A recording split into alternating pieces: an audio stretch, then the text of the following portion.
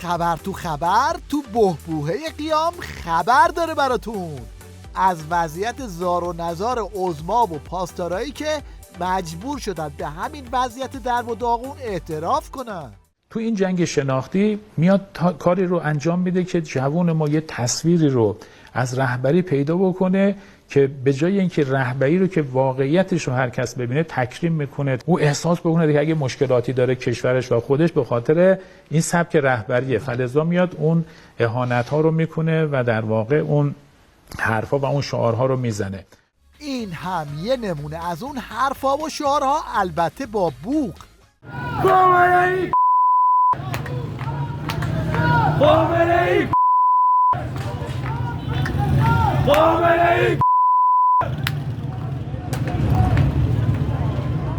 حالا آخوندهای هراسون رو ببینید که برای راست و ریز کردن اوضاع قمر در عقرب عظما به چه خالی بندی‌هایی رو آوردن.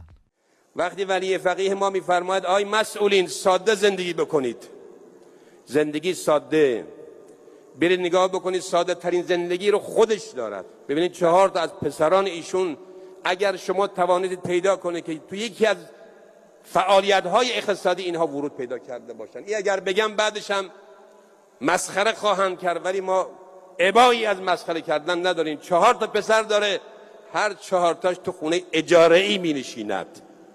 بعضیا مسخره میکنن چون خودشونو میبینن. این هم پاسخ مردم به عظما و توله هاش.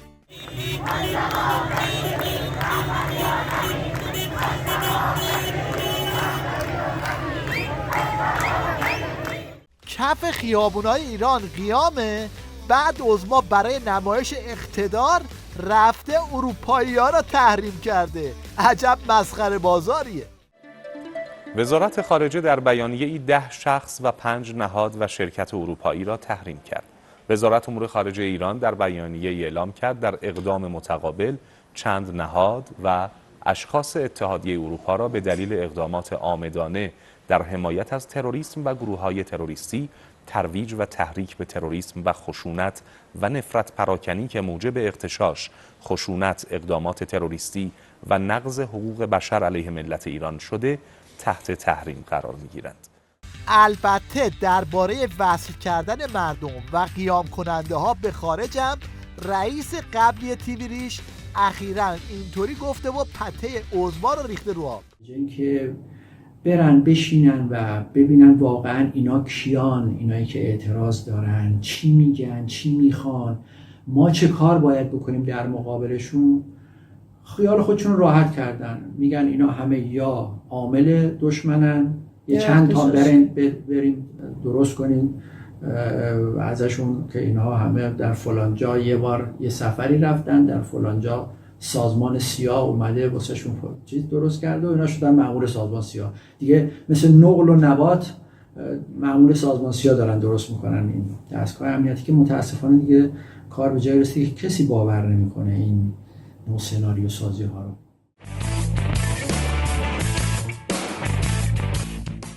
مشنگستان این هفته رو با این مشنگا شروع کردیم که فکر کردن با این جنگولک بازی ها میتونن عمامه عظما رو در ببرن.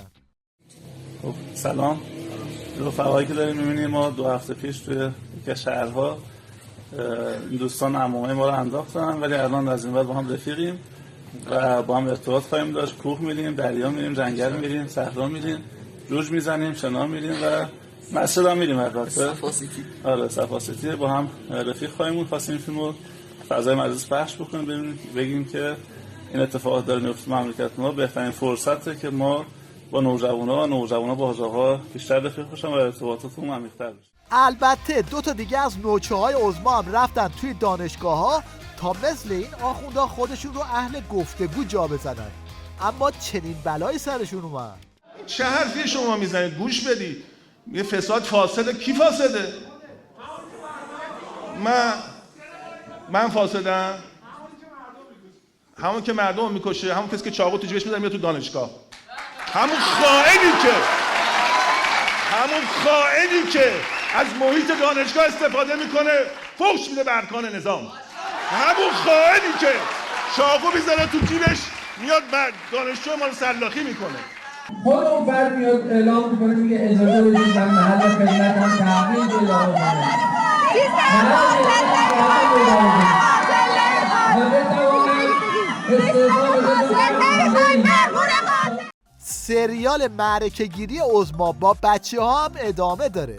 مرداش قاسم ما بود دل از دنیا کرد، طلب و در عالم بار رهانید از بر.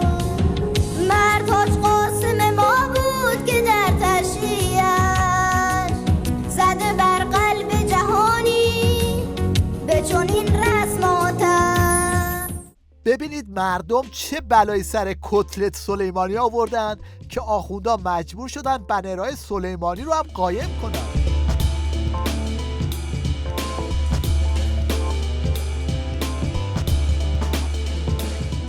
عظما در شرایطی به اجرای نمایش با بچه مدرسه یا رو آورده که فضای مجازی پر شده از ویدیوهای این چنینی. چی گفتی نیلا؟ میگن آدم خوششون میاد، میگن تو چند خوب آدم ها خوششون میاد؟ آره. تو رو چیکار میکنم؟ میخندم برات؟ نه دوستم دارم. دوستت دارن این حرفو میزنی؟ آره. تو از کجا میفهمی آدم ها دوستت؟ من دوستم دارم. خب باش. یکی دیگه بگو، برن بگو. جوجان بگه خوب کار بده. به این آقام بگو. جوجان بگه خوب کار بده. بسیجی هم یه شعار پیدا کردن، هی براش ترانه میسازن. یکی از اون یکی مسخره تر. اگه راست بگید برای شعار مرگ بر خامنه‌ای ترانه بسازید. برای من که توی کوچه فش بهش دادی، برای تو که روی آسفالت افتادی، برای قصه ای که باعث دو دستگی شد به نام زن زندگی آزادی.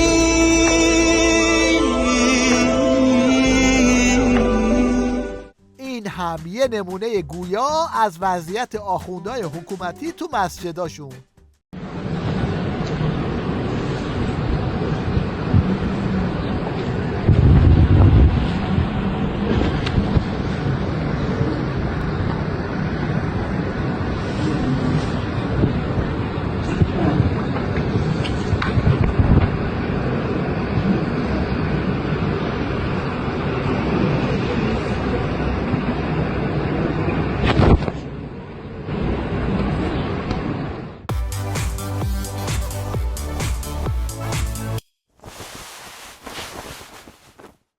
در پایان توجه شما رو به یک ویدیوی بدون شرح جلب می‌کنیم که در فضای مجازی منتشر شده.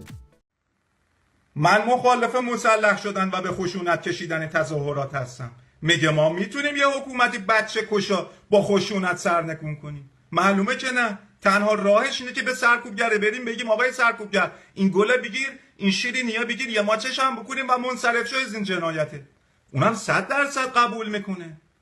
نهایتا اگه یه نفر از ما را کش میدویم میریم تو مجازمون یه هشتگ میزنیم. همین.